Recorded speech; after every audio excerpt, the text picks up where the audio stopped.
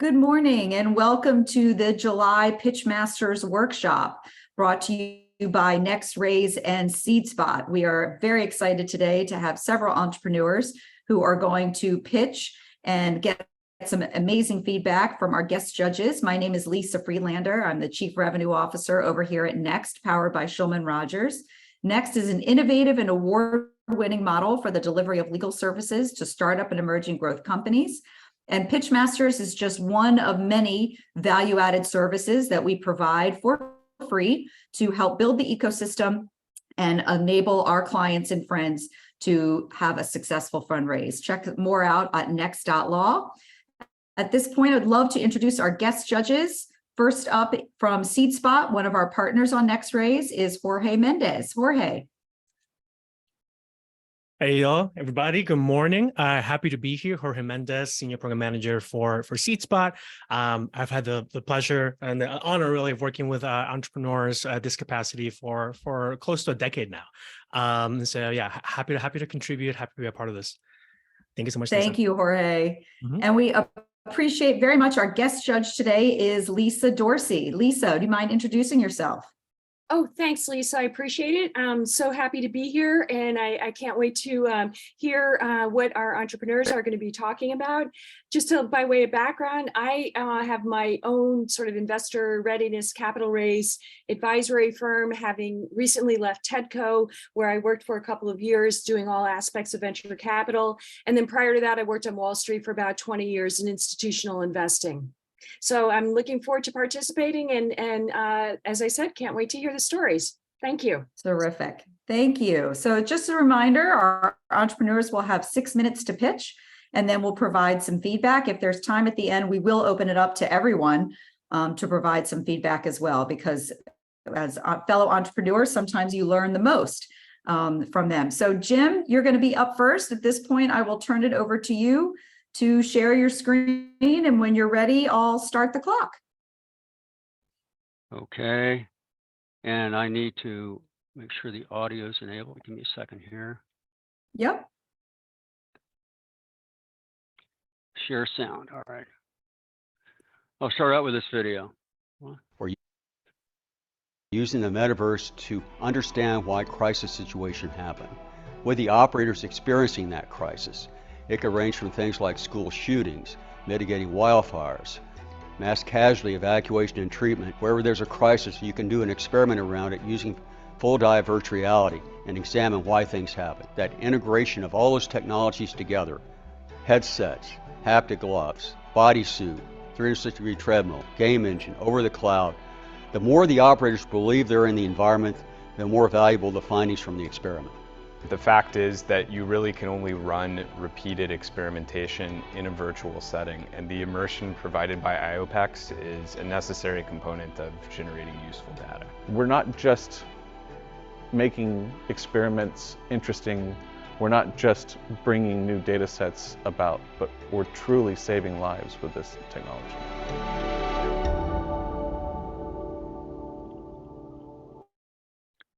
Okay, now for the briefing.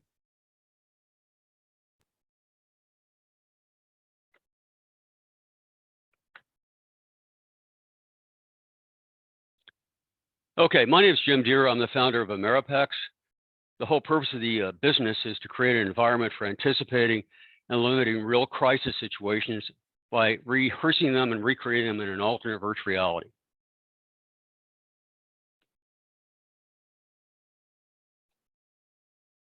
Something just happened here.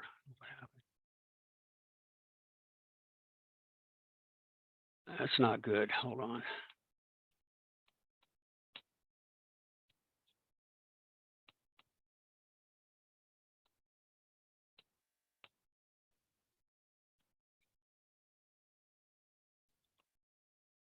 Well, this isn't. Is it not advancing to the next slide? Yeah, it's frozen. Do you want to try taking it out of presentation mode and see if you can just advance it yourself? Yeah, I'm trying to do that right now. I'm trying to stop sharing. Everything is frozen. This is not good. Wonderful. Gotta love technology. Yeah. Well, Jim, if you want, we did see the video. If you want to just give us your pitch. I know that's not exactly the same thing, or if you want, I can't unshare it. I mean, you can unshare it. I can't unshare it. Can't you kill PowerPoint? Can you hit like Control Shift Escape and stop PowerPoint if Yeah, I don't you know. can't stop it otherwise? Let me try it again. If not, Jim, I may have to ask you to exit Zoom and then come back in. Yeah. I mean, yeah, exit I the can't. meeting. Okay. And we'll probably move over to Keely and then have you start again, if that's okay. Yeah, I'm trying to figure out how to. Actually, the whole screen is frozen. I can't exit. I can't do anything. Well, you may have to power off your computer then. Yeah, I think I will. See you later. So sorry. It's all right.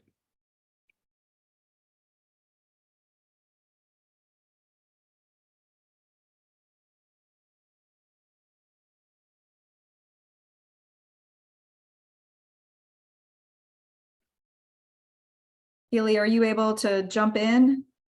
Yeah, absolutely. Okay, let's see. I think I can probably share, which may. There we go. Override. Yeah. Can everyone see Let's- the screen? No, I'm still seeing Jim's. I think whoever's the organizer should be able to go in and All right, let's do, okay, I just changed it. Now try, Keely. Okay.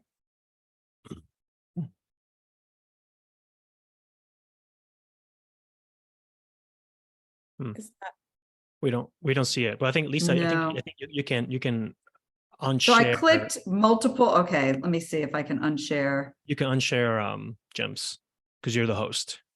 So I clicked multiple participants can share, but I don't see, I've never had this happen before. How do I? What you need to do is you see there is like few options on the top of your screen. And if you click on view options, it will be shared screens. If you select Kelly, it should give you ability and kill. Hold on, I am going to. Hold on, stop. Ah, There you There all we right. go. All right. That's so, I've never had this happen. Okay, everybody. Yay. Thanks, Keely. Of course. All Thank right, you so we'll much turn for it having me. over to you. All right, amazing. Hi, everyone. So good to meet you. So at 17 years old, I became disabled. And when I moved to the US, I ended up facing disability discrimination that cost me a job. So in response, I founded my first company, which is a talent agency that represents disabled talent. And I successfully sold that company last year. While I was building C Talent, I noticed a massive need to increase accessible pathways to employment for underrepresented talent. So I built Zeta, a talent acquisition and learning experience platform, because I truly believe that employers should assess and advance individuals based on their skills and experiences, not degrees, and no one should be discriminated against because of who they are. So in only 4 months, we've been able to go from concept to 6 figures in ARR at a Fortune 100 company. Companies are annually investing over $100 billion in job recruitment and allocating more than $1 trillion to address turnover costs, all while grappling with an unprecedented level of labor force shortages. So at Zeta, companies can create their own accessible credentialing courses for talent to self-enroll and pre-qualify themselves, creating a tangible journey to employment and promotions through data, and enabling companies to access talent that have not had the privilege of going to college or who are traditionally overlooked in the job market. And in turn, we are bringing down hiring times, improving retention, and creating better outcomes. And Zeta caters directly to the needs of the corporate sector and the jobs that are actually hiring, rather than just your generic or academically focused content. So these purpose-built courses are used for talent pipeline augmentation and upward mobility. We give corporations unique profiles on each individual that has completed a course, outlining what skills they've acquired and providing a data-driven potential assessment. providing essential insight into how that talent will perform in a role. And then we are taking away any unconscious bias that hiring managers tend to have. We're also wanting to unlock all talent, including those who are from the most marginalized communities, often including the disabled community. So when corporations upload their content to our software, we make it accessible by generating sign language interpretation and creating compatibility with all assistive technologies, such as refreshable braille displays. And on that note, it's actually really important to understand the CVAA, which is a digital accessibility law, and also the new legislation, which is the CVTA. And in 2020 alone, companies spent over $6.9 billion on software-related accessibility lawsuits.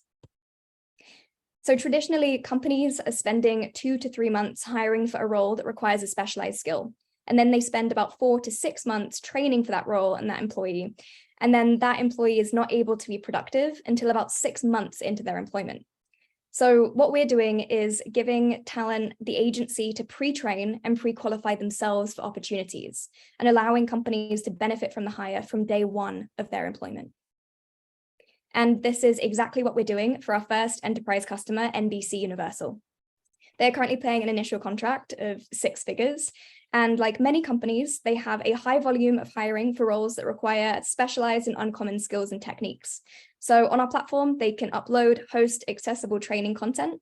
They can access Zeta's talent pool, who self-enroll, pre-qualify themselves, which leads to tangible access to job opportunities. And then NBC receive a qualified and pre-trained hiring pipeline.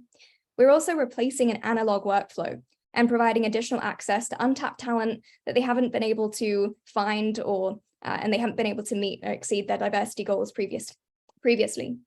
And in addition, usually they would have recruiters and trainers and contractors, and it would take them around 6 to 8 months. And we're bringing that entire process down to around 1 month. In terms of revenue, our forecast for the rest of this year is to close 30% of our $2.5 million qualified pipeline. And then for next year, we are forecasting an ambitious but doable $6.9 million in ARR. And we're able to do this because our pipeline includes 22 enterprise logos, including Netflix, Lionsgate, Amazon, and Unilever. Our beachhead market is media, entertainment, and advertising, because we have deep access to the industry thanks to my personal connections and having already sold a company in this space. Our product, though, is industry agnostic. We don't have to start here, but I really feel like this is an easy win and a way to get globally recognized logos and enable us to expand faster. I then see us going into healthcare, tech, renewable energy. And I also actually just returned from a convening at the White House and had the most incredible conversation with the Vice President Kamala Harris and Secretary Pete Buttigieg, can never say his name correctly, but all around accessible transportation and infrastructure and the direct correlation to workforce development and the dire need for new training and recruitment solutions. The Biden-Harris administration has actually allocated over $250 billion to achieve these goals. And they are passionate and making sure that those contracts get in the hands of both disabled-owned businesses and more diverse workers. So with my connections and reputation within public policy, and we have a huge advantage to also be able to get and secure large government contracts. It's also worth noting that companies that do receive government contracts, they have to hire 7% of their workforce to be disabled, otherwise they do get fined. In terms of my tech team, they are absolutely incredible, leveraging 15 plus years of experience, and they're actually the same team that built Calendly. So they've been working on this product since March full-time, and they will be officially coming on full-time post-raise. So Zeta's vision it's really to create equitable and accessible pathways to employment while saving corporations billions of dollars. Personally, as someone who didn't have the opportunity to finish college and was immediately discriminated against because of my disability, I really wish that Zeta existed for the 18-year-old me. So by helping companies save money on their biggest yearly losses, by integrating with major enterprise systems and applicant tracking systems, and by helping low-income and underrepresented talent find work and upward mobility opportunities, we are paving the way for Zeta's trajectory to be a billion-dollar valuation. So thank you and look forward to any questions. Thank you so much, Keely. Really fantastic presentation all around. Lisa, do you want to kick off for some feedback for Keely? Yes, absolutely great presentation, Keely. It was sharp, it was defined. I love the fact that you had your personal story in there, not once, but twice. I think that really draws in investors and they can get a sense of as to what is your driving passion. A couple of things that I would add just sort of in the presentation that other people may agree or disagree with, but I would spend a little bit more time on your financials. That went by a little too fast. I wasn't sure how you were generating revenue. Awesome pipeline. Congratulations on having those marquee names. That's really super important for building your business. I actually might somehow try and put that up front, although I say that to companies where I doubt somewhat, this sounds terrible, but I doubt their credibility. So I like them to put the names of their clients up first, but I don't doubt that with you. However, so that's really impressive. So I might have a little deeper analysis on the financials. I also would have something on your team. And then if you have, my guess is you probably have some board members, maybe some board members I would put on that. Competition. And then the other question would be when you said they have to have 7% of the revenue, 7% of a company's team has to be disabled. What percent of those names that you looked at actually are complying with that 7%? I was curious about that. So just a few things, but overall, absolutely excellent and quite impressive. Congratulations. Thank you so much. That's super helpful. Thank you. Thanks, Lisa. Jorge? Yes, Kelly, great presentation as well. Just to kind of tie on the thread that Lisa started about the storytelling piece, like it was really great to tell us a story, humanize it, right? And then bring it back at the end as well. It's just great storytelling technique. Really, I feel like if I had not listened to the screen and just listen to what you were saying the whole time, I would have actually, I think, retained more. I had a little bit of a distractions in the slides, which I think is just a piece where we can make some adjustments or at least give feedback here, which is particularly in the first half, there was a lot of text on the slides, but sometimes it didn't relate necessarily to what you were saying.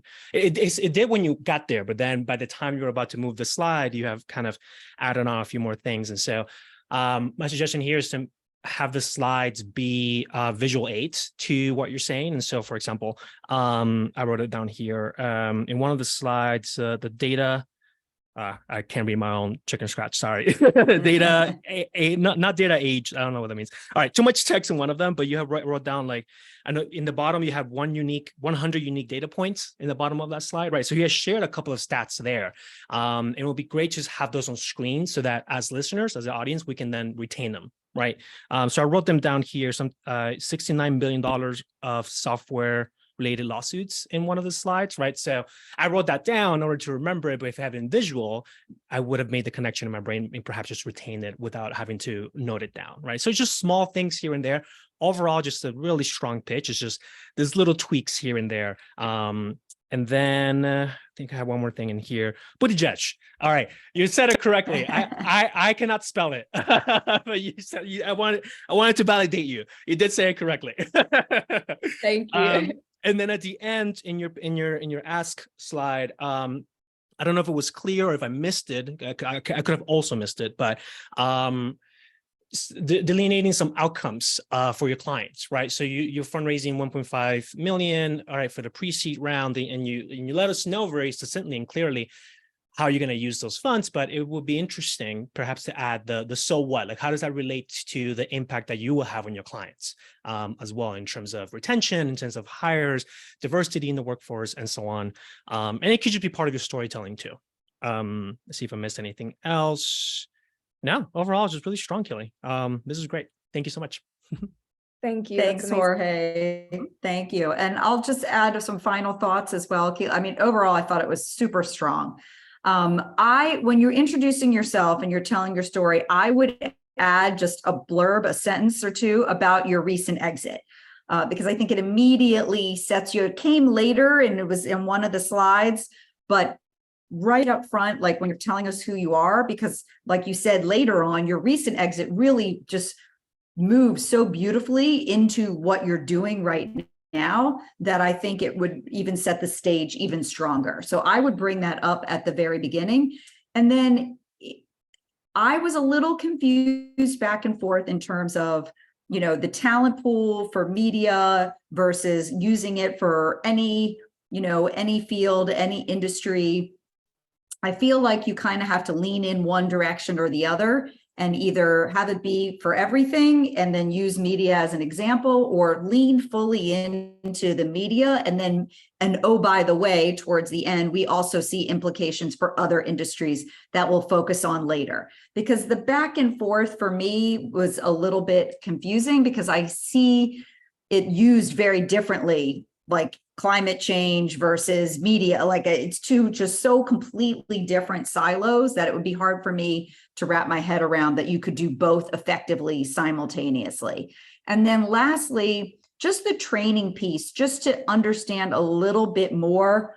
Are you creating the training? Are they creating the training? Could it be both? What does that training look like? Like, how are you really short circuiting that initial 6 months in terms of getting up and ready to go? I have no doubt that stat is true, but what is the training piece that you're doing? Who's creating that? Who has the credibility to create that?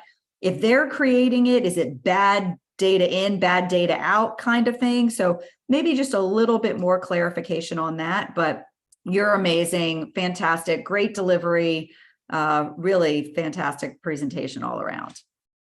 Thank you so much. That makes a lot of sense. Thank you. Can I add one more Thank thing? you. Can I add one more thing, Lisa? Of course. Sorry about that. I forgot one note and I wanted to share it, which is that one suggestion to kind of when you're looking at your slides and saying, all right, what visuals do I want to add here to kind of help folks anchor in particular things? Just think to yourself in each slide is like, what do I want folks to remember of what I'm saying? What I want them to remember? What are the 1-2 anchors per slide? And then add the visuals in there. That could be a technique that can help you out as well. All right, that's my spiel. Great point. Nope, thank you. Thank you, Keely. Really appreciate you participating today. Jim, I saw that you're back. Shall we try again? Maybe I should be last. I don't want to screw anybody else up. Okay. Mary from Empower X, are you here? I'm not sure I saw her even come in, so perhaps you might be last, Jim. Mary from Empower X. I don't think she's here. So Jim, you're up. Let's try it again. Okay, hold on. And perhaps maybe start with your deck and then we can do the video if that works at the end. Yeah, I've already done it once. Hold on. And we can't see you, just FYI. I don't know if you have your camera turned on. Nope. Yeah, I have it turned off. Just kind of turning everything off to see what worked and what didn't. Okay. Let me do this. Let me share.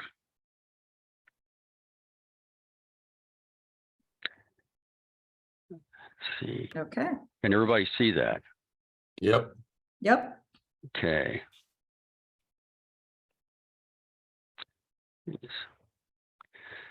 All right. Okay, let me put this. Can everybody see it now? Yes. Okay, We good. We can We're see it in. alongside some other things, but Oh, great. We see the It's- presenter's view. That's a presenter. right. We see the presenter's view. Okay, well.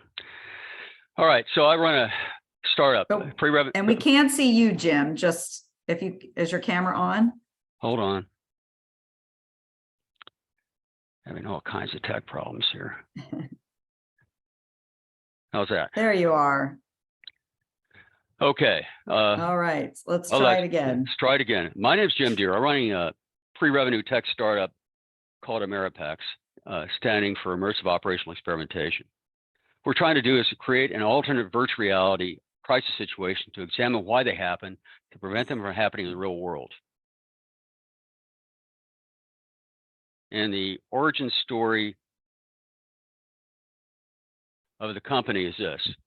I ran a program for DoD and DHS for 20 years called Simulation Experimentation, SimEx.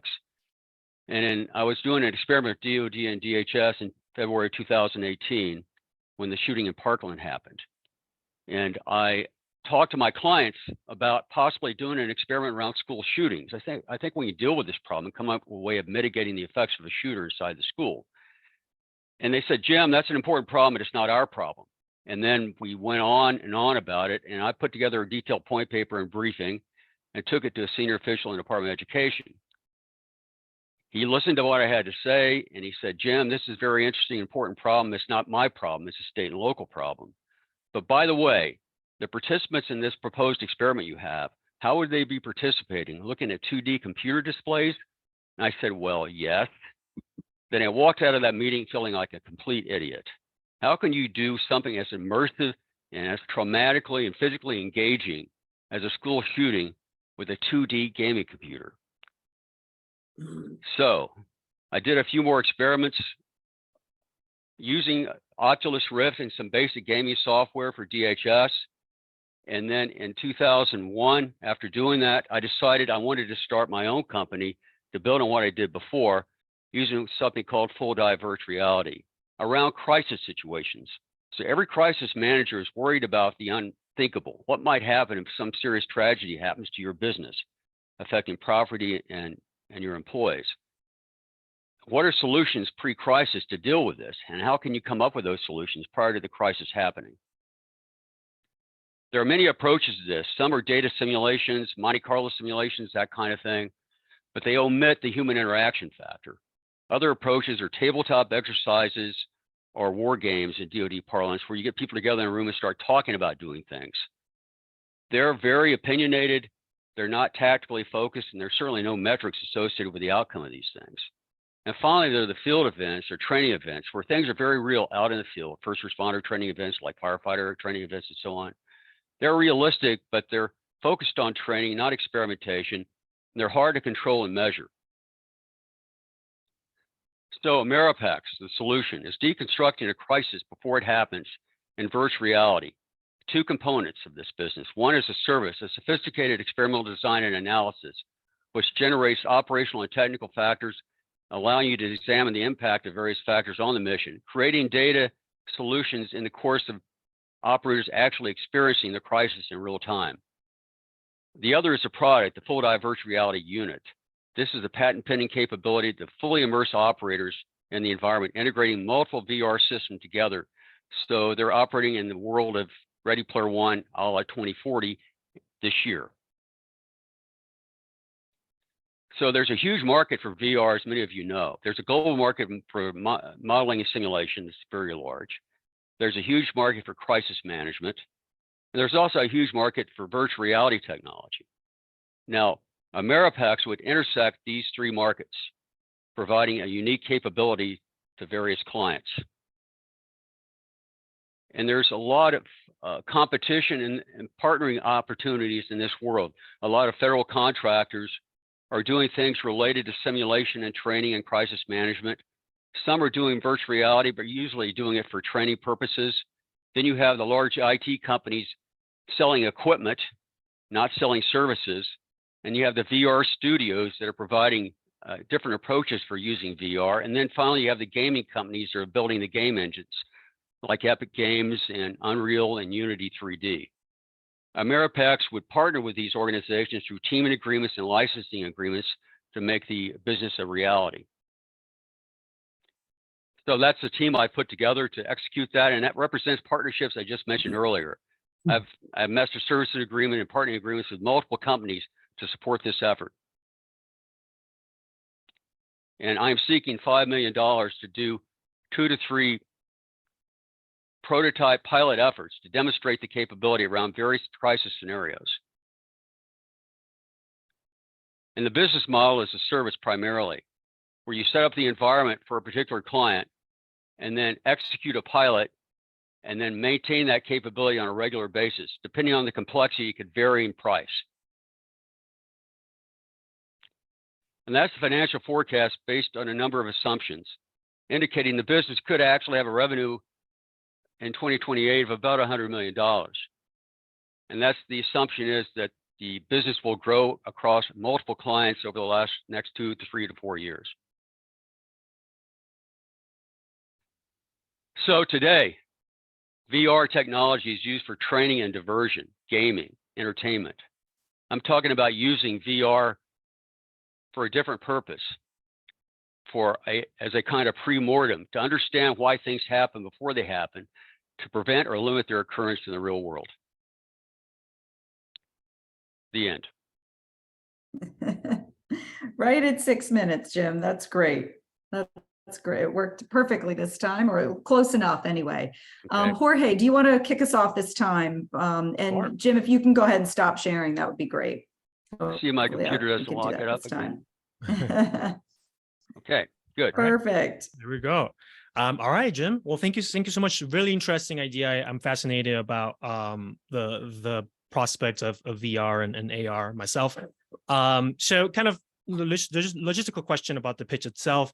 Originally, you had a video at the beginning, right? We had a challenge with that, but either way, I had some feedback on the video, which is that I believe it may have been stronger just to kick off with your regular pitch and use the video as a tool to showcase a visualization of your product, right? And so that could go perhaps somewhere in the middle if you want to use the video, because it is VR, right? So it is kind of video backed. And so, and maybe not necessarily documentary style, but rather just get a small chunk of the video of 5, 10, 15 seconds at most of how it functions so that we, the audience, can get a visual of it. And perhaps you can mute the video, you can talk over the video so you can kind of guide us through what's going on. Just a thought of how to best utilize that video content that you do have. All right, so interesting text, seems very useful. One thing here that kind of really comes to mind is what is, and perhaps you can help us break down an answer for this through your pitch. But basically, I would love to see the difference between what a war game data you can receive as an entity and how it compares to virtual data, right? And so basically, it's like I'm making a cost assessment of, all right, if in the VR I can get, let's say I get a 100, I'm just gonna grade it. Right? I get 100 in terms of data that was gonna help us to prepare, but then in war games I get 85%. All right, is that good enough? Because it costs significantly less to do it, right? And so kind of thinking through, I can see businesses and organizations making that cost analysis decision as well. So guide us through that. Another thing as well is number of entities looking for this type of solution, right? You kind of gave us an overview of the market, but it would be really interesting and also shows us rather that you've done your research in terms of the market, like even deeper than just the total numbers, is maybe pointing out 1, 2, 3 entities, organizations, businesses, and so on that you know of, that you've spoken with, that will be interested in a solution like this. And then on the competition slide, I'll be really curious to the answer of what happens if Meta, Google, or Apple decide to go into this market. Right, they're not currently doing that service, right? They do have the tech for it, but they got the tech for it is a big chunk, right? So all it needs is it's for them to be able to see a kind of business decision behind it, and to implement a team, particularly maybe not Apple, but I can see Meta or Google going that direction. Particularly Meta right now is really trying different kind of revenue streams as well as they're diversifying their portfolio. So yeah, what kind of letting us know, hey, what would happen if this competition were to enter the market? And then, yeah, I think that was it for me. I think I'm taking a lot of time, so I do want to give some space to Lisa as well. But one last thing here, I wrote down. I don't know if anybody here is a Formula One fan. I am, and Formula One uses simulations because they cannot test the cars all the time, and so they've actually have an entire system built where the driver can get into a simulator and everything except the G-forces is like the real thing. And so they can add or remove things to the car, quote unquote, that then would translate into the real world. So there's already a validation of this happening, even outside of just the particular industry that you focused on. All right, so that's my spiel. Lisa, sorry for taking so much time. So no worries. Thanks, Jorge. Lisa? No, Jorge, you went over a lot of points that I had as well. And so thank you very much. Great story. I think that this, Jim, I think this technology is super important. And I can see how having an immersive experience far exceeds, sort of a two-dimensional experience, as you started out in your technology. So I think it's great. I guess along those lines, I'm jumping around a little bit here. Is it hard to get people to participate? Like, for instance, would it be, it seems like schools and teachers and the educational system would be one of the ones where you would want to have this immersive experience. And would it be hard to get a teacher, as much as they want to prevent and act accordingly in a situation like that? It could be quite upsetting, right? So that was one question. You don't have to answer it, but that was something that kept coming to my mind. Like, I thought, wow, if I were a teacher, would I want to go through a simulated shooting? And I'd be like, I would feel compelled to from almost a fiduciary perspective, but it would be tough, So then along with what Jorge was saying, just in terms of the slides, I think from my perspective, it would be better to simplify them a little bit, have fewer photos, fewer text, and get right to the story, because the story is extremely powerful. And in that story, I would add several things. For instance, I would add about competition. Jorge brought up competition. I would like, what is the competition out there? What's your IP like? What's the protection around your IP? I think that's extremely important in something like this. I just would like more information on that. But the other part that was missing from my perspective was your traction to date. Like, I could see where you were going, but I couldn't really see where you come from and how you built that and how that builds into your financial expectations. And then I'm a big stickler for team, and having a slide about team in there, and who you're partnering with in order to get your idea forward. Your use of funds slide was excellent. That was really clear, concise, easy to read, and memorable. So that's an example of something that's good. So I think that's about it. But fascinating concept, and I surely hope that you get the funding that you need to go forward, because I think it's super important. Thank you. Thank you. Thank you very much. Appreciate it. Thanks, Lisa. And just to round it, I won't be repetitive. I agree with a lot of the comments that have been made, Jim. I'm very glad that the video, it was very sort of jarring to go from one to the other. And then the video sort of launched right in with no context, no understanding of what it was. So if you are going to incorporate the video, which always has its technical challenges, and many people will tell you don't use a video at all, but should you feel compelled to do it, I would put it at the end. That way the story is set, the context is set, and then if something, God forbid, goes wrong, at least you've already told your story. I think your slides need to be redone, honestly. They just look a little gamey to me, for lack of a better word, a little juvenile, a little like just done, and a little too army/video game. I think it needs to be elevated a little bit more on the design of your slides. Obviously, we all know the problem. I think we all can be confident in the solution that this is heading in this direction. So you spend about half of your time on that. Other times you're not going to have 6 minutes. So I would sort of shorten that introduction a little bit more. Go right for it. We all get it. Like it's the technology is there, it's coming. But what I didn't get is who is putting together the actual gamification of these moments of these trials. Is that something that you're doing? You're partnering with somebody who's doing it? What's the credibility there? You haven't done any, this is all this is just ideation stage right now. You haven't even had a prototype or we did. a trial. It wasn't in the briefing. We've done an MVP demonstration in November. So then absolutely, then that should be wrapped in, because to me, you were everything. And you're going right for 5 million. And I think you and I have talked about this before. I personally think you're going to have trouble going from 0 to 5 million. But you'll see what the market says about that. I think an interim raise on sort of, here's my MVP. This is what happened. This is what the trial showed. I'm going to raise, $1 million, and I'm going to do 2 more trials. And blah, blah, blah, you know, et cetera, et cetera. So, but the mission is incredible and much needed, and, you know, really appreciate you participating today. Thank you. I got one comment from someone else similar to yours, Lisa. They heard the pitch and they said, this sounds like something, briefing about a video game. That was a comment they gave me. And I kind of, and the problem I have is that I'm trying to distinguish this from a video game. There's so much video game technology associated with it. Yeah. That it's hard to separate from it.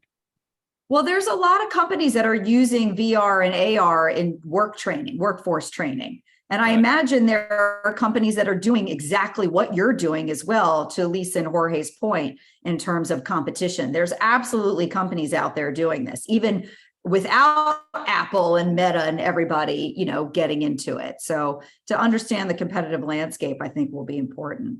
Okay. So since I don't believe Mary has joined, she must have had something come up. So for our last, you know, 10, 15 minutes together, I would love to open it up to the floor. We have some amazing entrepreneurs in the audience, I'm sure, perhaps some investors. Feel free to raise your hand, unmute yourself if you have any comments or feedback for Jim or Keely. We would love to hear from the audience.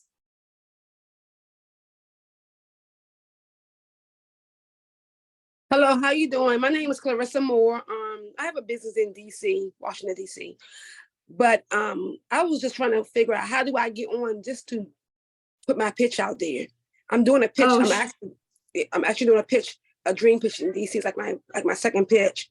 I did one. Sure, Clarissa. I will. Okay. I'll put a link in the chat for you. Let's keep going with feedback for our entrepreneurs. Thank you.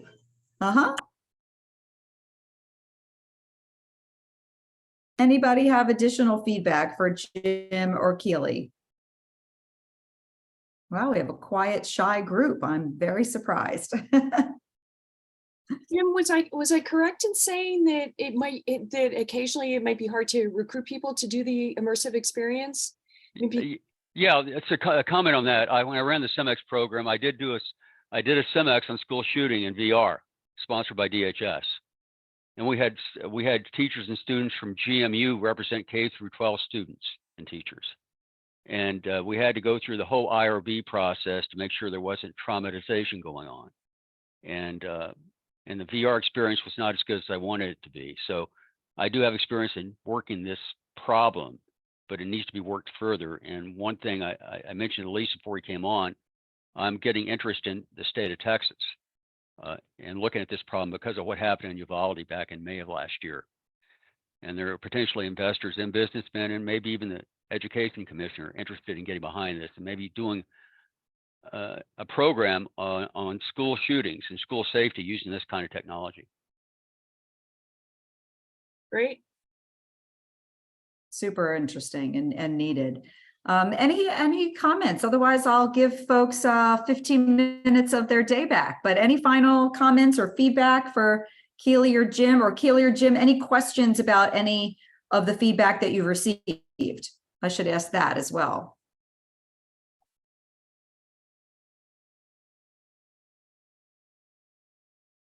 Okay.